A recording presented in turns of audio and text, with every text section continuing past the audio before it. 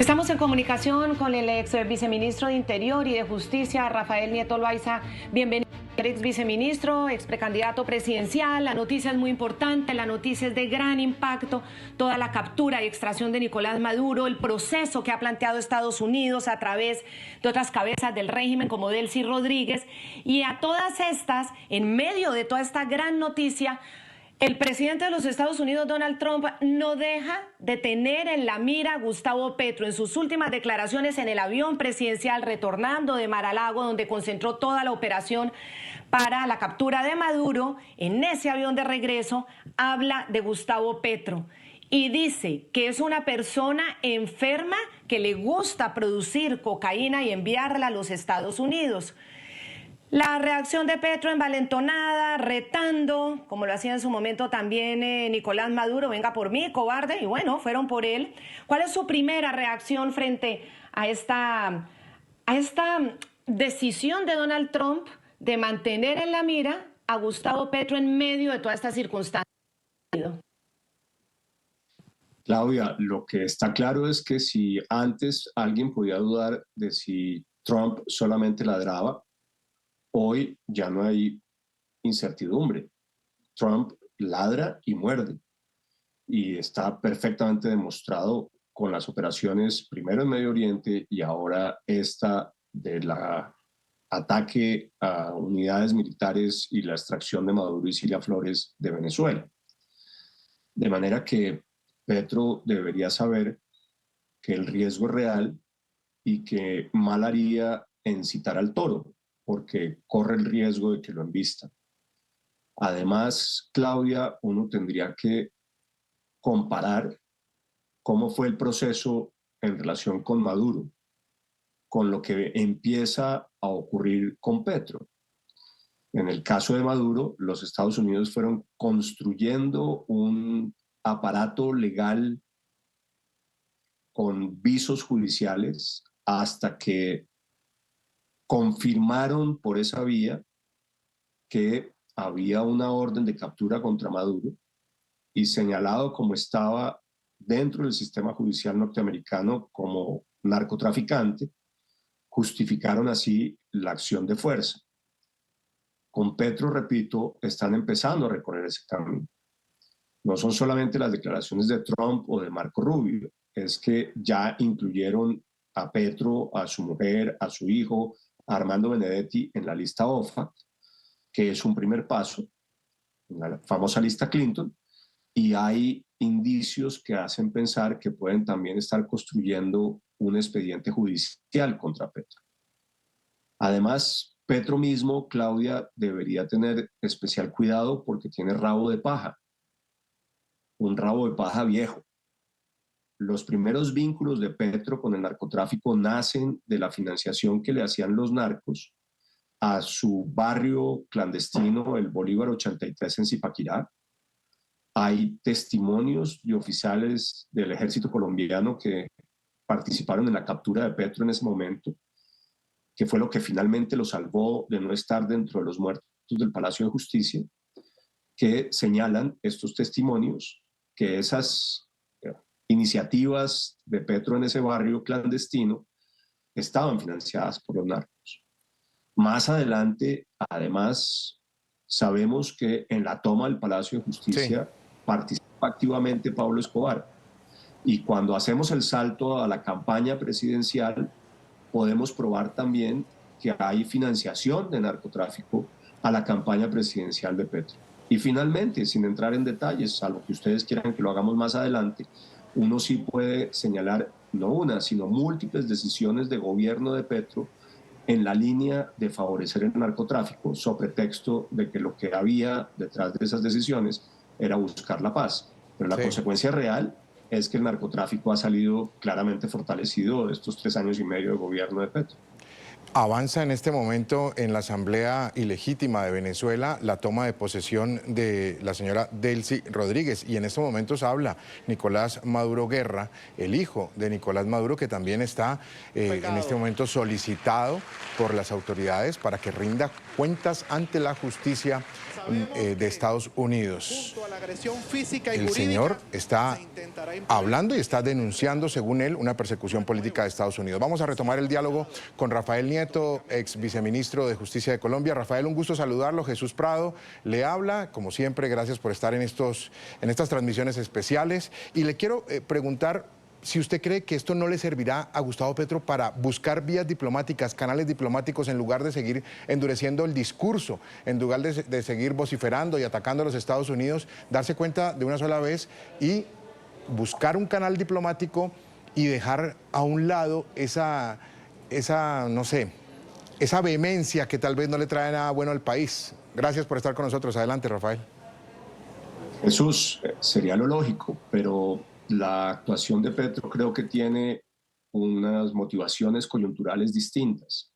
Petro está mirando las elecciones y cree que levantar un discurso nacionalista contra el imperio, es decir, el discurso típico de izquierda contra los Estados Unidos, le sirve más con miras a las elecciones que tener una actitud distinta de generar canales de comunicación y de cooperación efectiva en la lucha contra el narcotráfico con los Estados Unidos. De manera que, aunque uno pensara que lo que tiene sentido y lógica es eso, crear unos canales efectivos de trabajo y de comunicación con los Estados Unidos, en particular en la lucha contra el narcotráfico, me temo que Petro seguirá con este discurso de populista, anti-norteamericano, anti-imperialista, etcétera, porque cree que eso le puede servir más con miras a las elecciones de este año, en mayo y en junio. Evidentemente lo que está buscando es que haya una prolongación de su gobierno por interpuesta persona, por vía de Iván Cepeda, y cree que ese discurso nacionalista le ayuda.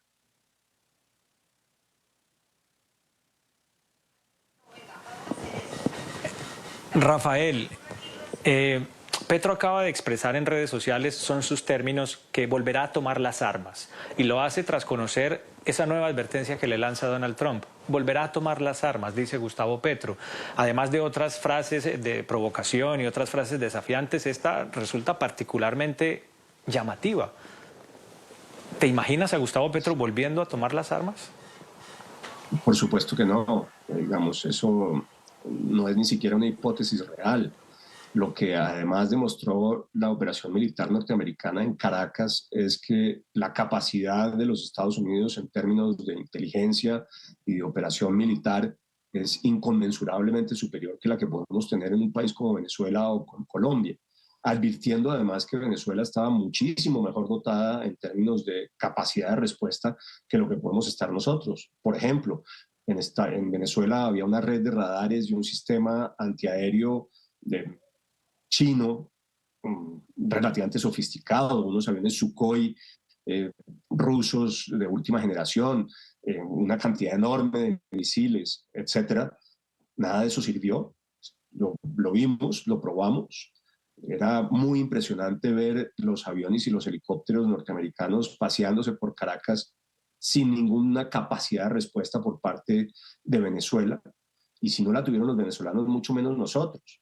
Además, en Venezuela hay un ejército que ha sido formado en los últimos veintitantos años, desde la llegada de Chávez al poder, en los principios del socialismo y en la lealtad a la revolución, etcétera, cosa que no ocurre en el ejército colombiano. En fin, por donde usted lo mire, nosotros tenemos la capacidad, ni tenemos un ejército que tenga las características de lealtad ideológica de izquierda que tiene la Fuerza Armada Bolivariana en Venezuela. De manera que yo no veo a Petro de ninguna manera retomando las armas, y lo que dice es perfectamente tonto desde una perspectiva estrictamente militar. Es decir, así como se llevaron a Maduro en un pispás, en pocos segundos y sin ningún costo para la Fuerza Armada norteamericana, sin ninguna vida que perdieran, etcétera. Imagínense, ustedes no van a poder hacer eso con Petro. Claramente eso es una tontería. Lo que pasa es que creo que Petro sabe que eso no va a ocurrir, y yo creo que no va a ocurrir no porque los Estados Unidos no tengan ganas, sino primero porque no han construido todo ese andamiaje y de la justicia norteamericana que les permitió realizar la operación y justificarla desde la perspectiva del derecho interno norteamericano. En el caso de Petro eso todavía no ha ocurrido. Repito, están empezando los pasos para llegar a ese punto, pero todavía no lo han hecho de manera completa. El recorrido está apenas empezando. Y segundo, porque toda la apuesta es a que el 7 de agosto el señor Petro se va para su casa y ya deja de tener poder. Y habrá probablemente unas consecuencias para él que tendrá que asumir después de que deje la presidencia de la República, pero los norteamericanos saben que no tienen necesidad de hacer una operación militar contra Petro porque se va.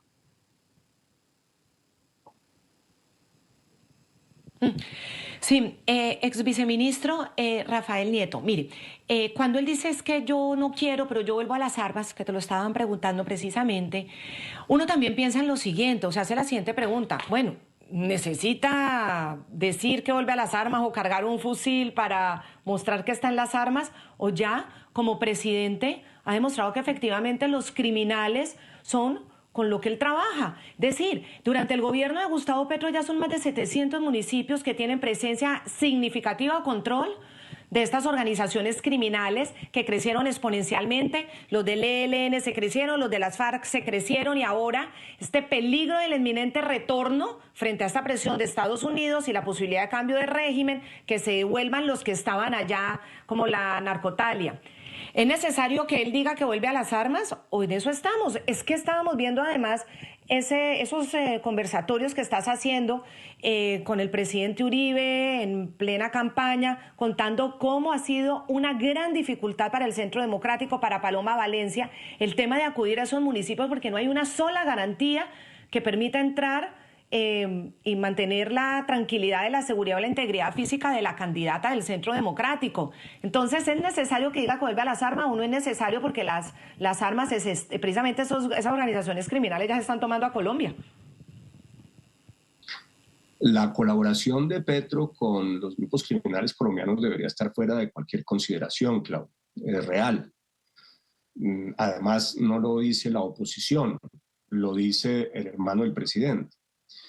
Nosotros tendemos en nuestros países, y Colombia no se aleja de ello, a olvidar los hechos recientes, mucho más los que tienen ya algún tiempo. Juan Fernando Petro, el hermano de Gustavo, dijo públicamente en una entrevista en televisión con una periodista muy conocida en Colombia, la Nena Rázola, que las elecciones las había ganado su hermano Gustavo por la colaboración que había obtenido de los grupos criminales después de unas visitas que hicieron algunas personas del círculo íntimo de Petro, incluyendo su hermano Juan Fernando, a las cárceles colombianas, en lo que aquí se ha denominado como el Pacto de la Picota, para hablar de una cárcel muy conocida en Bogotá que se llama así, La Picota, que fue uno de los sitios en los cuales se reunieron estos miembros del círculo íntimo de Petro con criminales de distintas categorías colombianos. Lo que hace Juan Fernando Petro es una confesión. Lo ganaron porque esos pactos se realizaron, recibieron la colaboración de los grupos criminales. Grupos criminales todos en Colombia, sin excepción, que están vinculados con el narcotráfico. Si antes hubo alguna discusión sobre si las guerrillas tenían un vínculo o no con el narcotráfico, o solamente usaban o abusaban de él con propósitos de conseguir el poder político, hoy nadie tiene duda de que esos grupos son todos mafiosos. De manera que Petro ganó la presidencia con apoyo de las organizaciones criminales. Hay que recordar también varios episodios en los cuales además hay financiación de esos mafiosos a la campaña de Petro. Acuérdense ustedes de alias Sobrino, que después volvió a ser extraditado a los Estados Unidos, que financió la campaña en el departamento del Casanare. Acuérdense del hombre Malboro, que es el alias que utiliza un narcotraficante que también fue extraditado en su momento y después volvió a Colombia después de pagar sus penas en los Estados Unidos, Samuel Santander López Sierra. Y acuérdense también, porque me parece que es fundamental, de Pitufo, que es el jefe del contrabando y por tanto uno de los grandes jefes del aparato de lavado de activos del narcotráfico en Colombia, que también financió la campaña de Petro. Es decir, hay por lo menos 3 casos concretos en los cuales los narcotraficantes participaron en la financiación de la campaña. De manera que ahí también hay un fue en noviembre cuando apareció la foto. Y después, cuando ustedes miran el comportamiento de Petro durante el gobierno, se puede afirmar exactamente lo mismo. Petro ha gobernado a favor de las actividades criminales de los grupos violentos colombianos, con el pretexto de buscar la paz. Claramente esa ha sido la sombrilla que ha utilizado, pero no es sino un parapeto. Al final, lo cierto es que el país está inundado de coca e inundado de cocaína como nunca en la historia.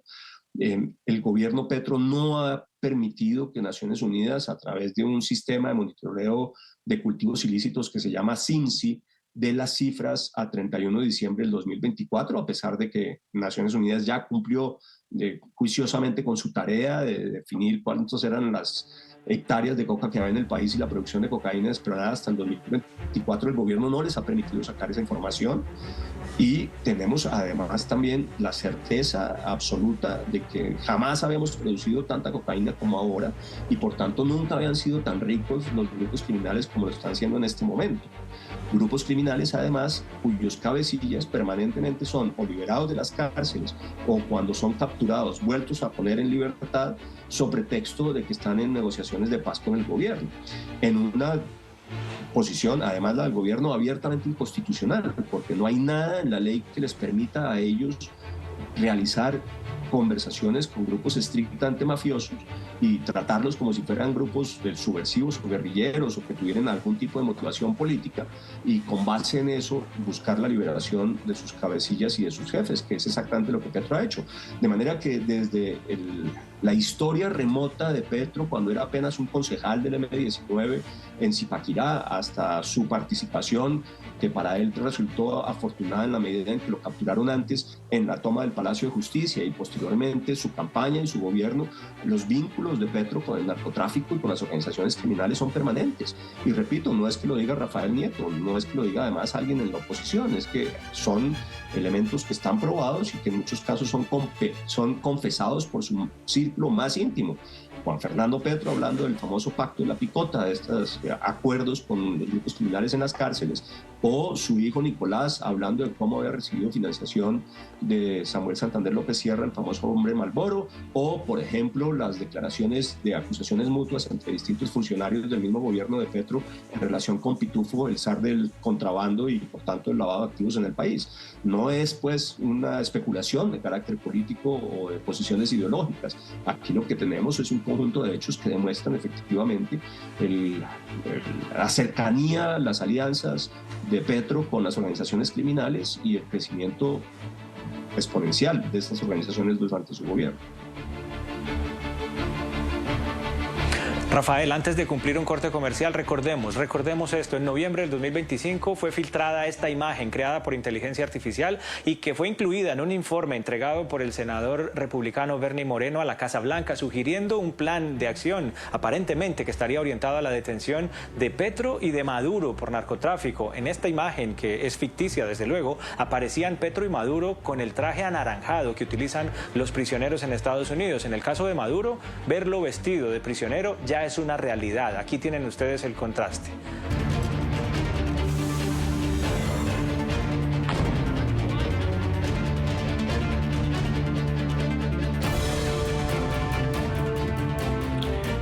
Muy bien, hay noticias sobre la defensa de Nicolás Maduro y Cilia Flores, dos abogados de altísimo perfil. Barry Pollack, quien logró la liberación, ustedes recordarán, de Julian Assange, es quien estará representando a Nicolás Maduro ante el Tribunal de Manhattan, el Tribunal del Distrito Sur de Nueva York. Barry Pollack presentó ya el documento este mismo lunes, ese documento que se llama Appearance of Counsel, que es comunicando formalmente al juzgado que asume la defensa de Nicolás Maduro.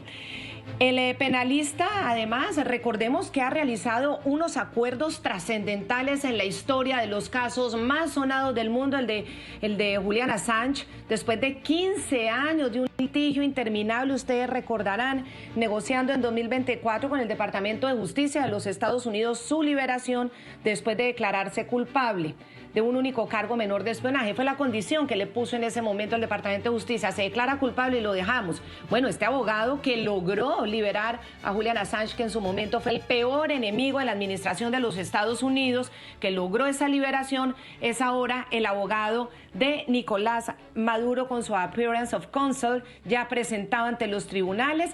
Él es un abogado que tiene 35 años de experiencia en defensa penal, en casos de seguridad nacional, espionaje, delitos financieros, ha litigado en casos emblemáticos como Enron, ustedes también se acordarán. Bueno, en casos de espionaje, él es socio del despacho Harris & Laurent & Wechsler, que son un despacho, es un bufete de abogados muy reconocido en Washington y en Nueva York. Y también Cilia Flores ha escogido su abogado, Jesús. Sí, Claudia y televidentes, se trata de Mark Donnelly, experto en delitos fiscales y similares.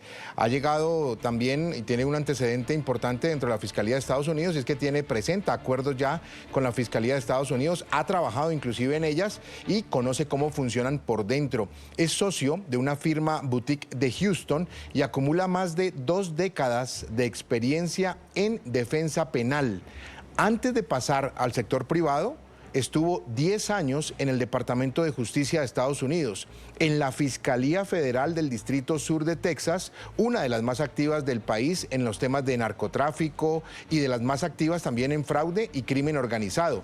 Allí estuvo al frente, y esto es importante, este dato es muy importante, estuvo al frente de la División de Fraude y llevó investigaciones de delitos de cuello blanco, lavado de dinero y causas conjuntas. En la trayectoria, el señor Mark Donnelly incluye también años de experiencia como fiscal del condado de Harris, con experiencia directa en juicios graves y casos de corrupción pública.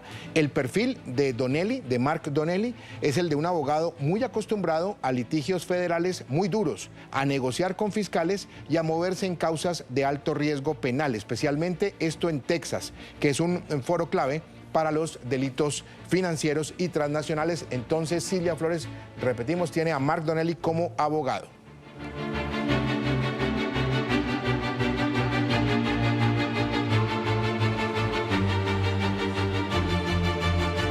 Este dato es crucial y es la noticia de último minuto.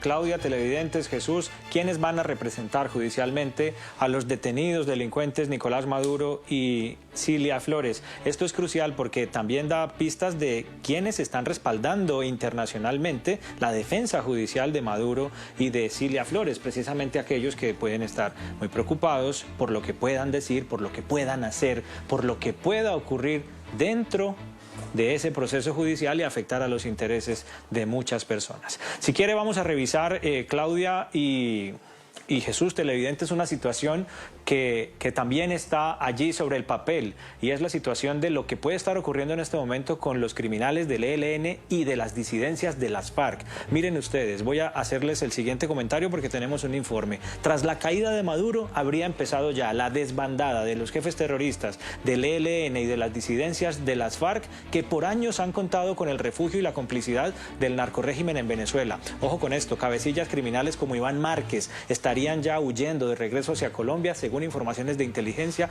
que han empezado a ser filtradas, divulgadas. Miren el informe.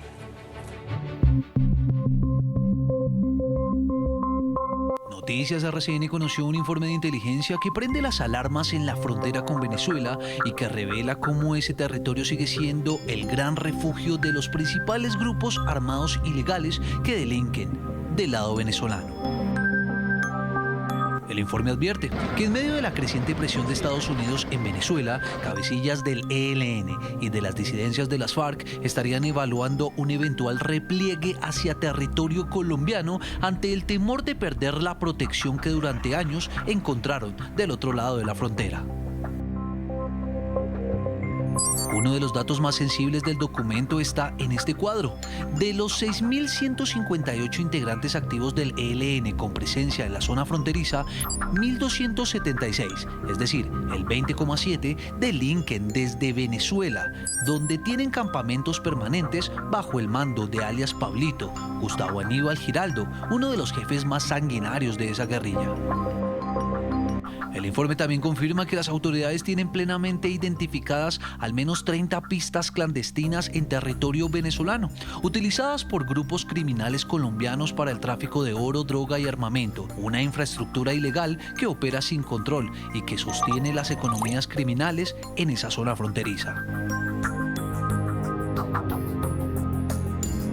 Este mapa, revelado en el documento, ubica 3 puntos estratégicos en suelo venezolano, donde se concentra la presencia de las disidencias de las FARC, en su mayoría de la segunda Marquetalia, al mando de alias Gonzalo Ochalo, alias Iván Márquez y alias John 40. Según inteligencia militar, 186 cabecillas de alto y mediano nivel de estas estructuras criminales estarían hoy plenamente identificados operando desde el vecino país. Las fuentes advierten que ante la pérdida de garantías, movilidad y seguridad en ese país, varios de esos jefes criminales estarían explorando rutas de retorno hacia Colombia, lo que podría reconfigurar el conflicto armado, aumentar las disputas territoriales y elevar el riesgo para las comunidades en departamentos como Arauca, norte de Santander, Bichada y Guaviare. Un escenario que, según inteligencia, también podría traducirse en presiones al gobierno colombiano para retomar diálogos, exigir ceses al fuego o ganar tiempo mientras reorganizan sus estructuras.